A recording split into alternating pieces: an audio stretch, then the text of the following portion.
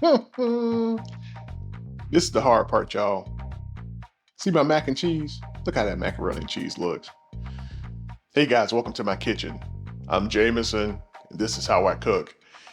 Arguably, the most important dish that you can bring to Thanksgiving or to a holiday gathering in my community is the mac and cheese. So up next on This Is How I Cook, the long-awaited reveal of my macaroni and cheese recipe. You don't want to miss it. So let's go over the cheeses that we're going to use in our macaroni and cheese. So this is Vermont Sharp Cheddar cheese. It's made by Cabot. This is what's going to give our macaroni and cheese that zip and that tangy cheese taste that you want. The next thing we're going to use to kind of mellow out some of that sharpness is this is Colby Jack. So we're going to use this Colby Jack cheese. And the last one we're going to use for our cheese pull is mozzarella. And so mozzarella is going to give you that signature stringy cheese pull. At least that's what we're hoping for. So up next, let's shred some cheese. So before I get into using my food processor, do me a favor, guys, hit that subscription button and turn on those notifications. It really helps my channel to grow, and I really appreciate you guys engaging with the content. So leave me a message in the comments about what you think about macaroni and cheese. If this is the most important dish at your gathering, let me know. So to get us going here, I need to shred a lot of cheese. So I've got my food processor set up. I'm going to start by turning it on. And then what we're going to do is just put it in here with the shred attachment inside.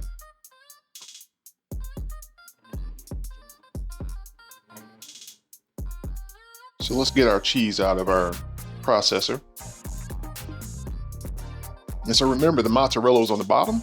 That's okay. So we're going to just kind of mix this all together just to make sure that all of our cheese is there. I accidentally sliced my Colby Jack, so that's okay. We can tear it apart. You don't have to have it shredded. You just need to have it broken down so you can place it in the pasta. And that's our shredded cheese for our macaroni and cheese. So our last cheese we're going to use, and maybe the most controversial one, is that we're going to use a little bit of Velveeta. So why am I using Velveeta cheese in my elevated macaroni and cheese? The reason why is because the Velveeta cheese has emulsifiers in it they're going to help the rest of those cheeses melt and become nice and smooth and creamy in the macaroni and cheese. So I'm not using the Velveeta for the cheese. I'm using the Velveeta for those emulsifiers that's inside of the processed cheese. So that's the secret to having creamy macaroni and cheese, is that you need something that helps emulsify the cheese. So now let's talk pasta. You can use macaroni, you can use large elbow macaroni. If you're in New Orleans, you can use spaghetti noodles. But for my macaroni and cheese, we're going to use corkscrew pasta. The reason why I like to use a different pasta other than just plain old macaroni is because I'm going through the trouble of making an elevated macaroni and cheese for you guys' experience. And so let's do something different. And if you want to be traditional, that's fine. But corkscrew, that's what we're using. So we're bringing a pot of water up to boil. And we want to start building our macaroni and cheese right here in the water. And so the first thing we need to do is we need to season this water, because this water is going to cook our pasta, and we want our pasta to have some flavor to it other than just whatever is in the sauce that we make for the macaroni and cheese. And so I've got some chicken bouillon, and this is about a tablespoon's worth of chicken bouillon, and we're going to put that in to our pasta water. And all you want to do is make sure you stir this around so that it dissolves. You want to be careful here. You don't want to over season your pasta water, because we're going to add additional flavor enhancers throughout the macaroni and cheese recipe. And we don't want to add too much salt here, because then we'll end up over seasoning our macaroni. Now that our water's boiling, let's add in our pasta. Put the whole box in. I see some of y'all asking right now, where's the oil? You don't need oil in your pasta water. Do that if you want to, but I don't do that when I make pasta. We're going to let this boil, and we want our pasta to become al dente. Al dente means to the tooth, and so we want this pasta to have a little bit of chew to it. You may say, hey, this pasta's not quite done. That's when it's perfect, because we're going to finish cooking the pasta as we bake the macaroni and cheese in the oven. All right, so let's test this pasta. So we got one. You see how it's yielding? And you see how it's not mushy? See, that pasta is ready. So you want to stop this now. What we're going to do is reserve our pasta water, because we're going to use that to help with our macaroni and cheese. So now that we've reserved some of our pasta water, here it is right here. So this is about 2 cups of pasta water. What we're going to do now is we're going to strain this off. You don't have to put this in a cold ice bath or anything, but you definitely want to get your pasta out of the hot water because it'll continue cooking. So we're going to take this pasta and strain it.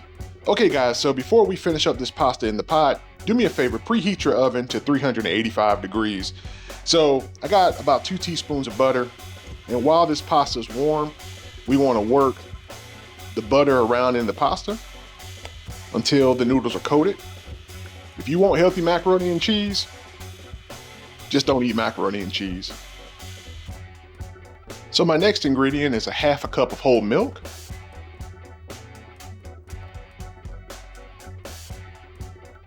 And you want to stir this around too. So now we added in 3/4 of a cup of half and half. And you already know what I'm going to do. I'm going to stir it around. So our next ingredient is a 1/4 cup of heavy whipping cream. The heavy whipping cream is going to add some additional richness. But if we did this with all heavy cream, what would happen is the macaroni and cheese would split because it would become oily when you bake it. So we used, whole milk, half and half, and then just a splash, more or less, of heavy whipping cream. Now we're going to add in some ground mustard. So we're going to add in right at about a tablespoon of ground mustard.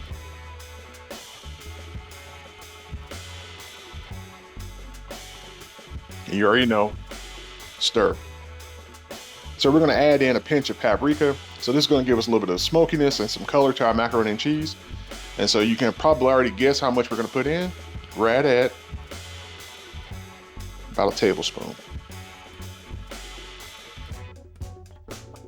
And we want to stir. Every time we add something into this, we want to stir. That way we make sure we get it all mixed in, and we don't have any parts of our macaroni and cheese that don't have the seasoning distributed evenly. So our next ingredient is some granulated garlic, but we're not going to put in a tablespoon of this. We're going to put in half a tablespoon of this. One of the things that I don't like is I don't want my macaroni and cheese ending up tasting like too much like garlic. It's going to sound weird. I don't want my macaroni and cheese tasting like Italian food. So yeah, half a tablespoon of garlic powder. Now we're going to come back with some more chicken bouillon.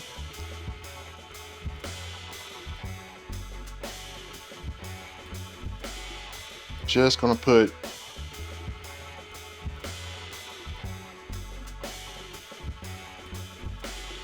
about a tablespoon's worth in there.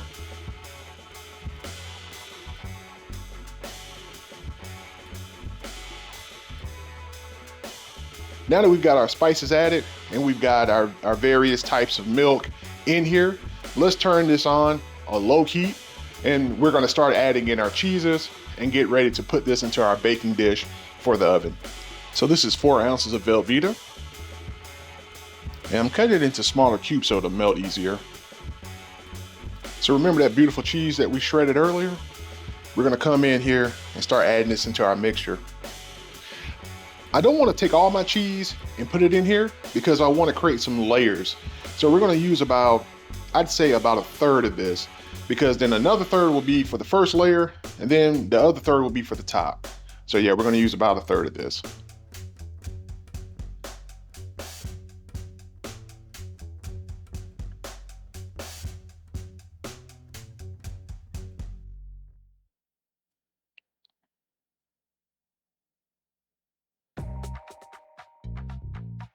And now you just want to take your time here and mix this in so your cheese will melt. Man, don't y'all see that macaroni and cheese taking shape? You're not trying to cook it, you're just trying to get that cheese to melt. And you see how this is all emulsifying? That's because of those emulsifiers in that Velveeta cheese. So at this point, we're going to add in some black pepper. I think black pepper is highly underappreciated in macaroni and cheese. You see that pull? That's that mozzarella. Oh, look at that cheese pull. Yeah, oh, look at that cheese pull. Now, I'm gonna add in a little bit of our pasta water just to help thin this out just a little bit so that I could give this pasta a chance to finish cooking in the oven. This is already pretty much done, but this is where I want to be right here. That's beautiful. And if your macaroni, for whatever reason, it begins to stiffen up, add a little bit of pasta water and keep on working it. So the last thing we've got to do is assemble our baking dish with our macaroni and cheese. You could taste it at this point to see if you need to adjust seasoning, but there you have it. So before you ask, before you wonder, before you go into my comments talking trash, no, I didn't put eggs and I didn't put roux in my macaroni and cheese. Let me know in the comments, are you team no eggs? Are you team eggs? Or are you team roux? In the comments, let me know. Now that we got that settled, back to our regularly scheduled program. Okay, so I've got some butter in here and I'm just gonna grease this ramekin or this baking dish. And you know, that butter doesn't have to be perfect in here. I'm not anticipating this is gonna stick very much, but this gives me a chance to make sure that it doesn't stick, and it gives me a chance to have an excuse to put more butter in my dish. So we wanna start by putting in a layer of macaroni and cheese here. So about half of this will go in. So our next step is we're gonna add in that cheese that we saved. So we're gonna come in and just sprinkle this. And now that we got our layer down, we come back with the final layer of macaroni and cheese. And then our last step here is to just work our cheese over the top.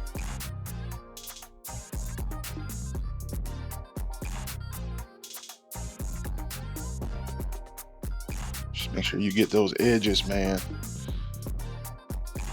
Then we're gonna give this a little pat. And the reason we're doing that is so that we can cover this with aluminum foil without having to worry about our cheese sticking to our aluminum foil. And so just to help this out, we're gonna give this a little bit of milk on top. Just about a 1/4 cup of milk. You don't have to do this, but this is something that will help our macaroni and cheese have some nice creaminess when it comes out of the oven, because we don't want it to dry out because our pasta is gonna absorb the liquid. Same thing here with the pasta water. We just want to sprinkle a little bit of this on here. And I'm just doing this for presentation purposes, a little bit of pepper on top. So this is ready.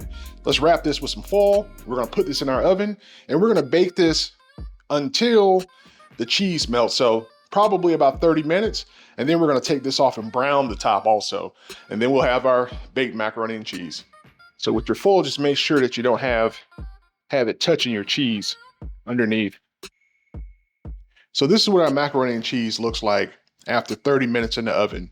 So what I'm gonna do now is I'm gonna turn my oven onto the broil setting and I'm gonna put a little bit more cheese on the top just to make the casserole pretty. But you don't have to, you could bake it just like this and you'll be happy with how it turns out. But if you want that thicker coating of cheese on top, then you got to put a little bit more cheese in before you broil it. Here is our macaroni and cheese.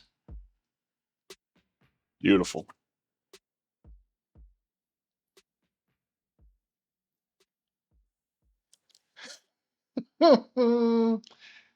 This is the hard part, y'all. See my mac and cheese? Look how that macaroni and cheese looks. Give me a moment to appreciate my work. Look at that macaroni and cheese. Look at that mac and cheese. You know what? Oh, look at that cheese. Oh, cheese pull. Okay. Here we go.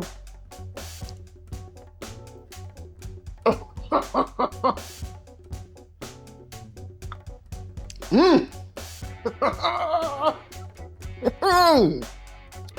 Ooh. That macaroni and cheese is simply amazing. You've got all those wonderful spices in there that help give the cheese character and profile. I can taste a little garlic. I can taste that paprika. I can taste the chicken bouillon, the pasta seasoned. The cheese it has enough zip to it, but it's not too zippy. You've got a creamy mac and cheese. Didn't have to make a roux. Didn't use any eggs. And it was super simple to put together. Follow my recipe and you're gonna have this at your next dinner that requires mac and cheese. Look at that macaroni and cheese, man. Guys, one more bite. I don't even want to say too much more because it's unfair. You don't have this at your house right now, but you can if you make it. Guys, I'm Jameson, and this is my macaroni and cheese, and this is how I cook.